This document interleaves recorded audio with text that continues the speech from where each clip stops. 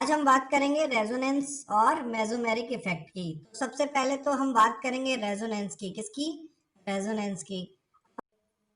ठीक है, रेजोनेंस एक क्या है आपका थ्योरेटिकल कॉन्सेप्ट है। थ्योरेटिकल कॉन्सेप्ट मतलब हम ये मान लेते हैं कि ऐसा होता होगा।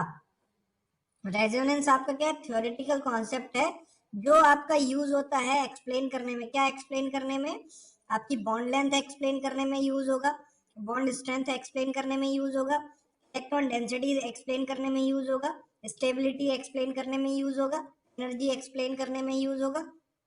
ठीक है, तो ये सारी चीजें एक्सप्लेन करने में जो हम बेसिक कॉन्सेप्ट यूज करते हैं इसको अपन क्या बोलते हैं? रेजोनेंस बोलते हैं। इतना आ रहा है समझ में? तो आप यहाँ पे लिख सकते हैं इट इज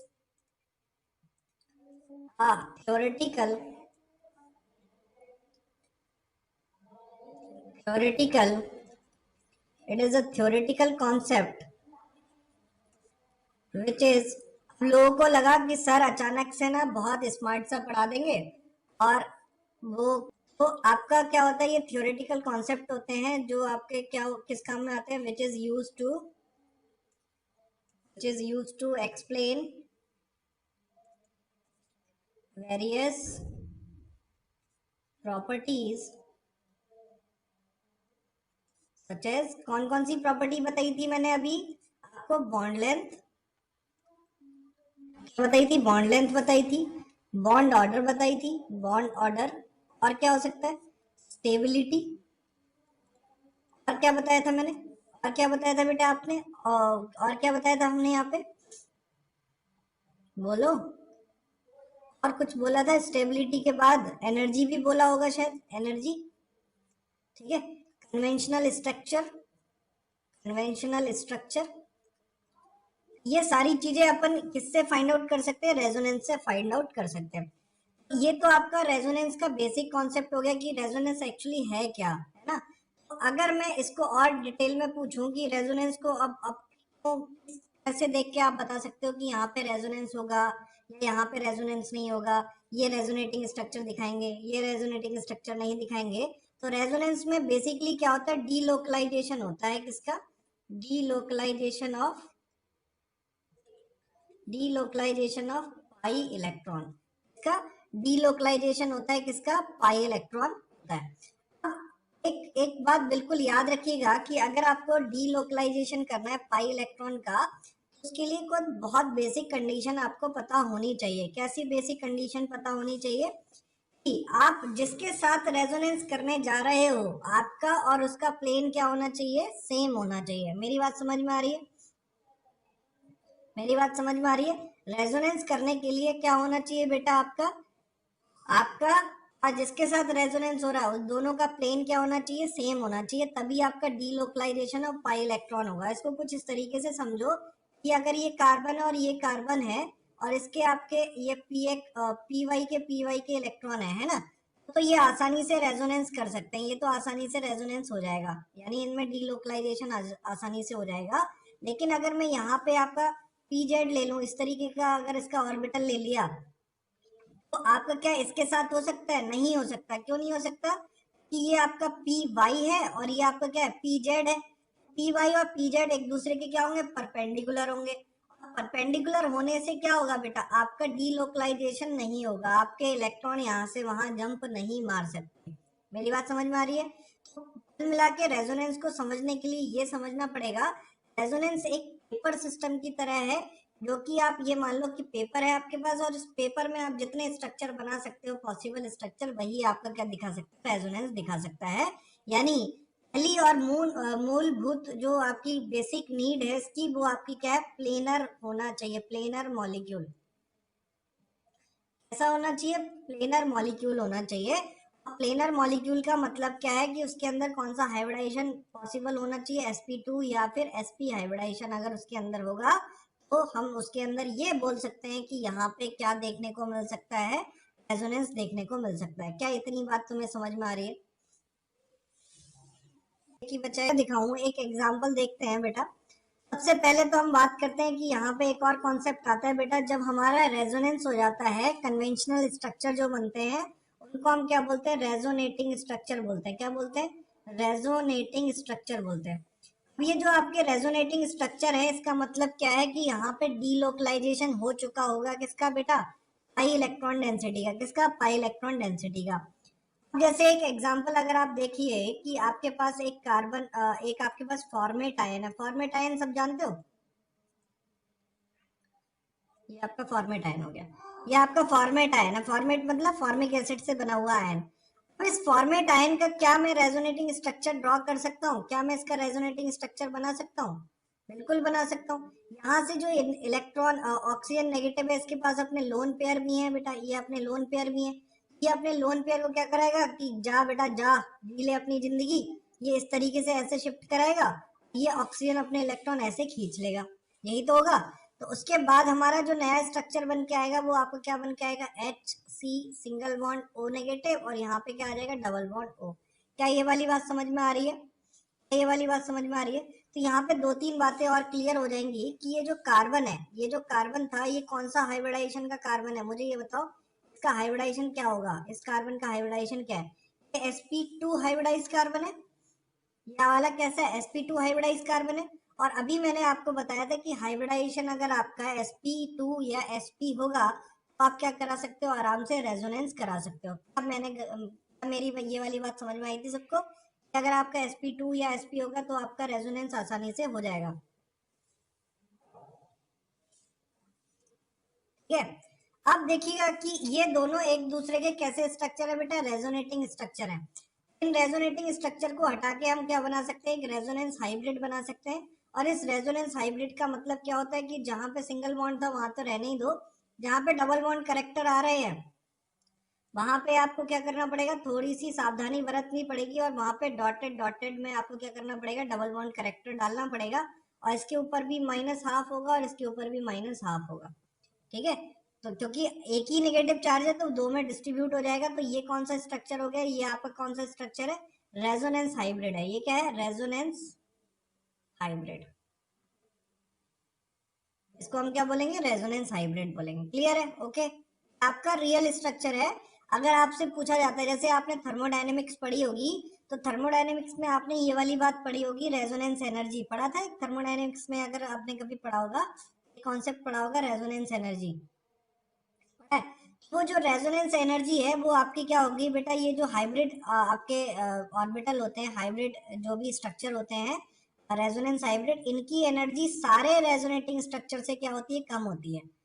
जो रेजोनेंस हाइब्रिड होते हैं इनकी एनर्जी सारे रेजोनेटिंग स्ट्रक्चर से क्या होती है, कम होती है। क्लियर है? अब इसमें आप बहुत सारी चीजें लिख सकते हो। जैसे अगर आपसे मैं कहूंगी ये तो फॉर्मेट आयन का था, अभी आपसे कहूंगी भैया एक काम करो, आप ना कार्बोनेट आयन का भी बना दो, तो कार्बोनेट आयन का भी बना दोगे आप स्ट्रक्चर रेजोनेटिंग। बेंजीन का बना दो तो बेंजीन का भी आप बना दोगे।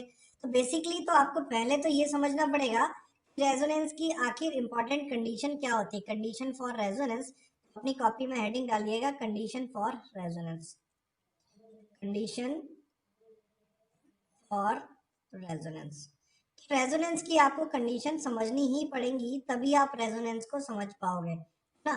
तो कंडीशन ऑफ रेजोनेंस में सबसे पहली जो कंडीशन हमें फेस करनी होती है, सबसे पहली जो कंडीशन हमें देखनी होती है, वो हमारा क्या होता है, कॉन्जुगेशन होता है। क्या होता है, कॉन्जुगेशन। अब इस कॉन्जुगेशन को समझना बेटा बहुत ज्यादा टेढ़ी खीर तो है नहीं। कॉन्जुगेशन को समझने के लिए आपको क्या करना पड़ेगा, थोड़ा सा दिमाग लगाना पड़ेगा। कैसे लगाओगे, कॉन्जुगेशन का मतलब समझते हो, कॉन्जुगेशन का अल्टरनेटिव पोजीशन पे हमें देखना होता है कि क्या पाई इलेक्ट्रॉन डेंसिटी आपको मिल सकती है। अल्टरनेटिव पोजीशन पे, अल्टरनेट तो जानते ही होगे, एक के बाद एक, मतलब एक छोड़ के एक जो पोजीशन होती है उसको हम क्या बोलते हैं, अल्टरनेट पोजीशन बोलते हैं। अल्टरनेट पोजीशन पे अगर मुझे पाई इलेक्ट्रॉन डेंसिटी मिल रही है या फिर डेफिशिएंसी मिल रही है, इलेक्ट्रॉन डेंसिटी मिले या डेफिशिएंसी मिले, कौन सी पोजीशन पे, अल्टरनेट पोजीशन पे, तो बेटा क्या हो जाएगा, तो हमारा क्या हो जाएगा, रेजोनेंस पॉसिबल हो जाएगा। मेरी बात समझ में आ रही है? हमें क्या देखना होता है, alternate alternate alternate position check करनी होती है। कौन सी पोजीशन, अल्टरनेट पोजीशन चेक करनी होती है। और इस अल्टरनेट पोजीशन पे ही आपका क्या होना चाहिए बेटा, मतलब यहाँ पे ही आपकी इलेक्ट्रॉन डेंसिटी होनी चाहिए। इलेक्ट्रॉन डेंसिटी होनी चाहिए या इलेक्ट्रॉन डेफिशिएंसी होनी चाहिए। आपके पास नॉर्मल होगा तो यहाँ पे काम नहीं चलने वाला।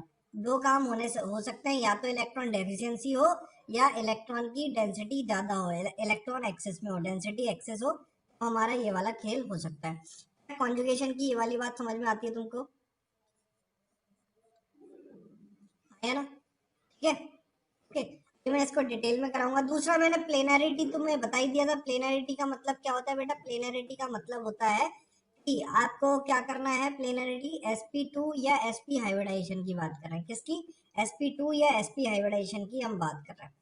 चलिए अब यहाँ से इसको थोड़ा सा और आगे बढ़ते हैं। अभी रेजोनेंस में अभी हमें बहुत बहुत सारी चीजें पढ़नी है, बहुत सारी चीजें हम यहाँ पे पढ़ेंगे इफेक्ट नहीं। ठीक है, तो इसमें आपका मैं एक कॉन्सेप्ट बता देता हूँ। ए बी सी, ये तीन है आपके पास, तीन कोई एटम हमारे साथ जुड़े हुए हैं। इन तीन एटम में मैं मान लेता हूँ कि एक ही बात करता हूँ। ए पे हमारा क्या क्या होना चाहिए, तो अब हमारा कॉन्जुगेशन दिखाएगा। मान लेते हैं ए पे आपका पॉजिटिव चार्ज है, नेगेटिव चार्ज है, लोन पेयर है। पॉजिटिव चार्ज है, नेगेटिव चार्ज है, लोन पेयर है, और आपका क्या हो सकता है? आपका फ्री रेडिकल है, आपके पास ट्रिपल बॉन्ड है, आपके पास डबल बॉन्ड है। ठीक है, इनमें से कोई भी कंडीशन आपके पास ए पे हो सकती है। मेरी बात समझ में आ रही है मैं क्या कह रहा हूँ? ए पे इनमें से कोई भी कंडीशन हो सकती है। Positive charge, negative charge, lone pair, free radical, triple bond और डबल बॉन्ड। ये इसका कॉन्जुगेट है जिसका नाम है सी। सी पे भी आपका क्या होना चाहिए? या तो बेटा negative charge, positive charge, lone pair, आपका क्या होगा? फ्री रेडिकल, ट्रिपल बॉन्ड और डबल बॉन्ड। यहाँ पे भी आपका इनमें से कोई भी होगा।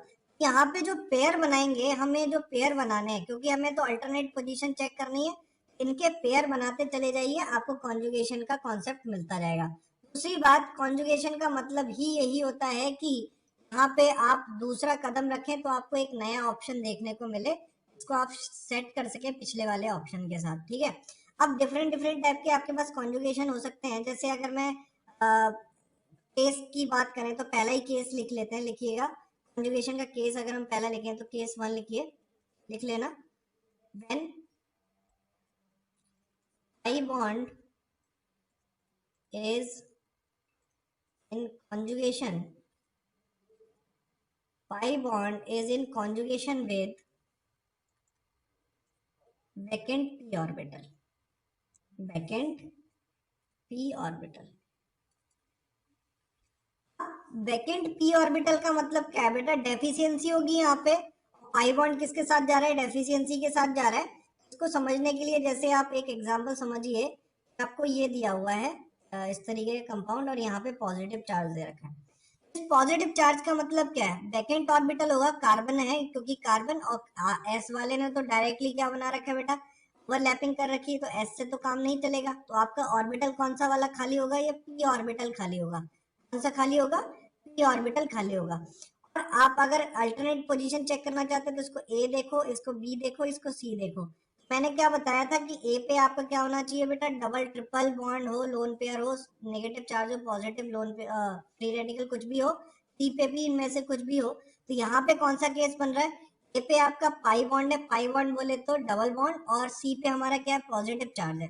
तो ये भी एक आपका क्या बन गया? कॉम्बिनेशन बन गया। तो इसका अगर रेजोनेटिंग स्ट्रक्चर अपन ड्रॉ करेंगे तो आपको किस तरीके का रेजोनेटिंग स्ट्रक्चर दिखाई देगा? ये इधर पॉजिटिव क्या बोलते हैं, इलेक्ट्रॉन डेंसिटी इधर आ जाएगी और पॉजिटिव चार्ज इधर आ जाएगा। याद रखना, यहाँ पे जो एरो चलाने का मतलब है, एरो जो चलाना है ऑर्गेनिक केमिस्ट्री में, अगर आपको एरो चलाना नहीं आया तो बेटा ऑर्गेनिक केमिस्ट्री को ठीक से कर नहीं पाओगे। एरो हमेशा वहां से चलेगा जहाँ पे इलेक्ट्रॉन डेंसिटी सबसे ज्यादा है। जहाँ पे इलेक्ट्रॉन डेंसिटी मैक्सिमम है वहां से एरो मूव करना स्टार्ट करेगा। कहाँ की तरफ? जहाँ पे इलेक्ट्रॉन डेंसिटी कम है। इलेक्ट्रॉन डेंसिटी कम किसकी है बेटा? इस कार्बन की है, इस तरफ है। और ज्यादा किसकी है? पाई इलेक्ट्रॉन डेंसिटी है। तो आपका मूवमेंट कैसा होगा? इस तरीके से मूवमेंट होगा, और फिर इस कार्बन से ऐसे मूवमेंट होगा। तब यहाँ पे क्या आ जाएगा? डबल बॉन्ड आ जाएगा, और यहाँ पे आपका क्या आ जाएगा? पॉजिटिव चार्ज आ जाएगा। क्या मेरी बात समझ में आ रही है? तो इस तरीके से मूवमेंट होगा, high electron density to low electron density arrow का मूवमेंट होगा। क्लियर है? तो इसका अगर आप रेजोनेंस हाइब्रिड बनाने जाओगे तो रेजोनेंस हाइब्रिड आपको सबको पता है कि यहाँ पे आपको कुछ इस तरीके का रेजोनेंस हाइब्रिड मिलेगा, और इस पे भी हाफ पॉजिटिव और इस पे भी हाफ पॉजिटिव आपको देखने को मिल जाएगा। ठीक है, ये हमारा क्या हो गया? ये हमारा एक केस हो गया। कौन सा वाला केस हो गया बेटा ये? बताओ। Pi bond in conjugation with vacant P orbital. इसी का एक और एग्जांपल देख लेते हैं। इसमें भी आप बना सकते हो। एग्जांपल तो एग्जांपल है, आप कितने भी ले लो, इसमें क्या ही फर्क पड़ता है। ये डबल बॉन्ड और ये पॉजिटिव। इसमें अगर आप रेजोनेटिंग स्ट्रक्चर बनाओगे तो कितने बनेंगे, जल्दी से बताओ, कितने रेजोनेटिंग स्ट्रक्चर बनेंगे इसमें?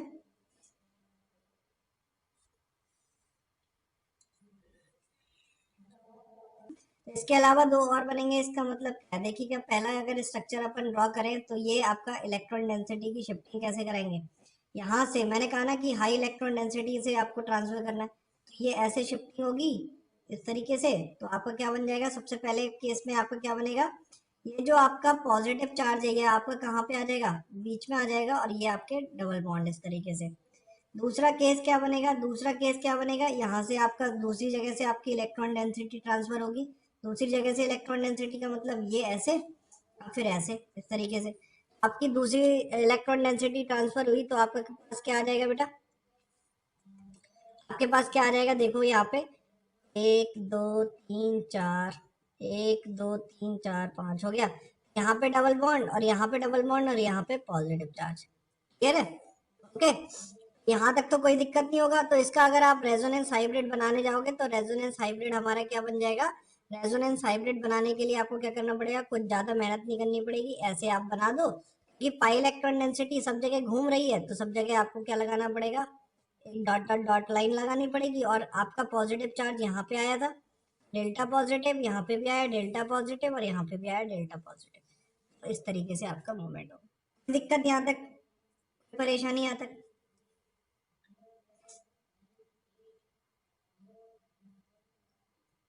ओके, क्लियर है? चलिए, इसके बाद अगर अपन बात करें, इससे अगली बात कर लेते हैं। यहाँ पे एक स्ट्रक्चर और दे रहा हूँ कि आपको इसके टोटल रेजोनेटिंग हाइब्रिड बनाने हैं, जो कि बच्चे नहीं बना पाते, आप भी नहीं बता पाओगे, मुझे तो ऐसा लग रहा है। तो आपको देखते हैं थर्ड वाला इस तरीके का, आपसे कह रहा है कि इसके टोटल रेजोनेटिंग हाइब्रिड बना के दिखाओ कि इसके टोटल रेजोनेटिंग हाइब्रिड कितने बनेंगे, रेजोनेटिंग स्ट्रक्चर कितने बनेंगे फटाफट से।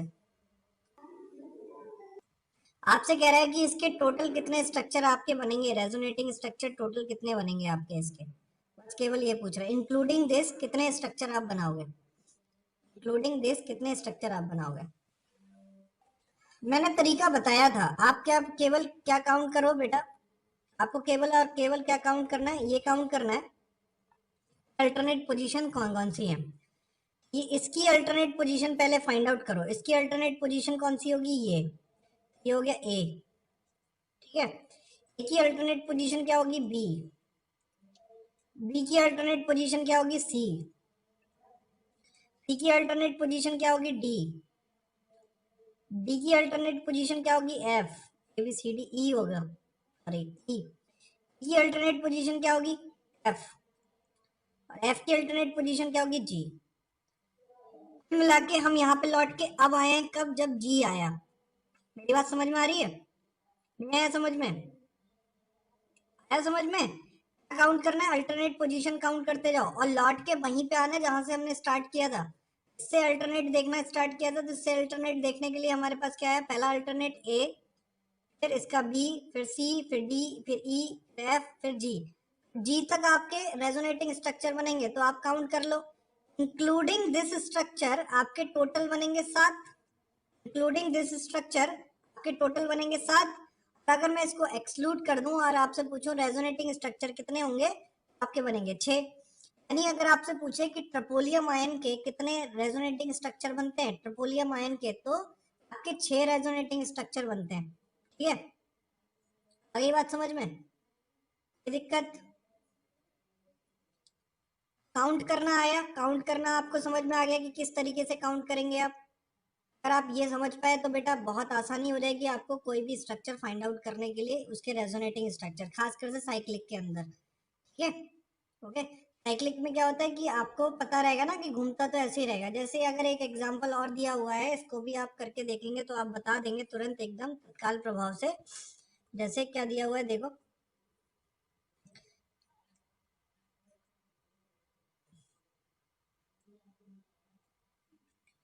ये आपका बेंजीन रिंग है, आप सब जानते होंगे इस बेंजीन रिंग को, हाँ सब जानते हैं।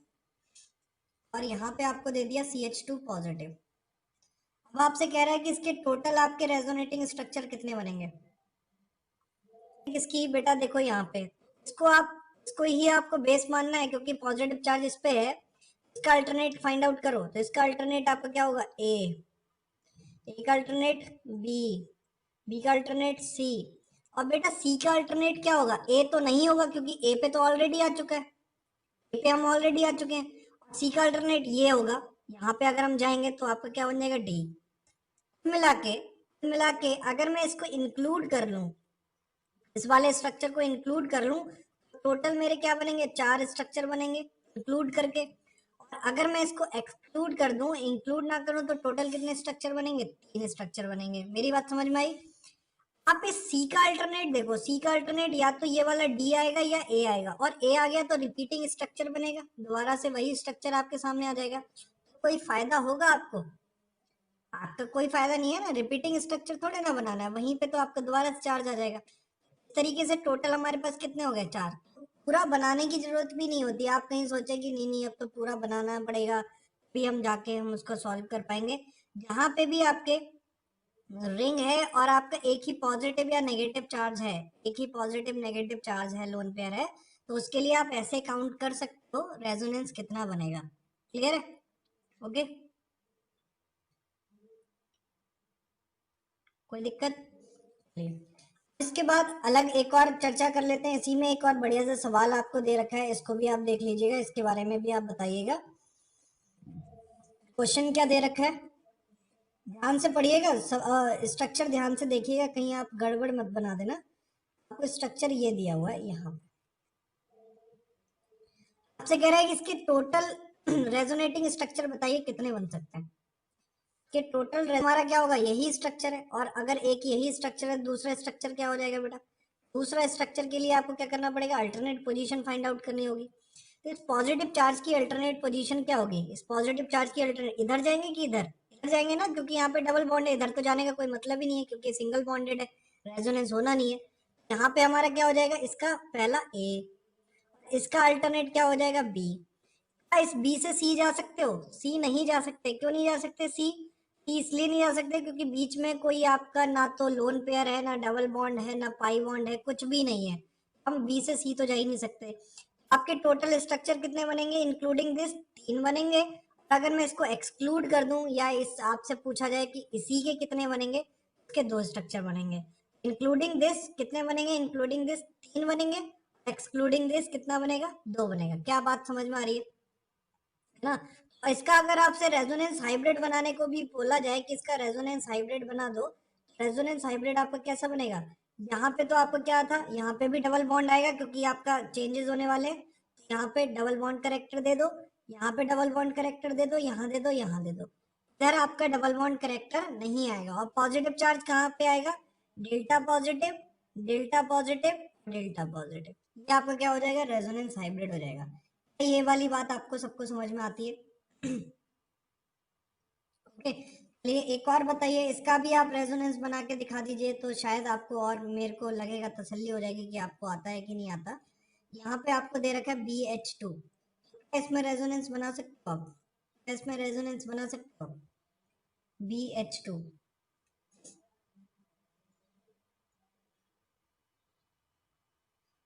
कि बोरॉन जो होता है, बोरॉन आपका क्या होता है, इलेक्ट्रॉन डेफिशिएंट होता है, सबको पता है इलेक्ट्रॉन डेफिशिएंट होता है बोरॉन, किसको नहीं पता ये वाली बात। बोरॉन आपका इलेक्ट्रॉन डेफिशिएंट होता है, इसके पास आपके पास 6 ही इलेक्ट्रॉन होते हैं, एक ऑर्बिटल पूरा खाली होता है। तो अगर इसके पास एक ऑर्बिटल पूरा खाली है और पड़ोस में इलेक्ट्रॉन डेंसिटी ज्यादा है तो क्या करेगा बेटा, अगर इलेक्ट्रॉन खाली है तो इलेक्ट्रॉन डेंसिटी पड़ोस में ज्यादा है तो आप क्या करोगे भैया, वहां से मांग लोगे कि हमको दे दो, हमको दे देगा, ये इस तरीके से आएगा। तो आपका जो रेजोनेटिंग स्ट्रक्चर बनेगा, रेजोनेटिंग स्ट्रक्चर आपका क्या बन जाएगा, आपका इस तरीके से देखो, यहाँ पे बी आ गया, यहाँ पे आपका डबल बॉन्ड आ गया BH2, और यहाँ पे आपका क्या आ गया, पॉजिटिव चार्ज आ गया।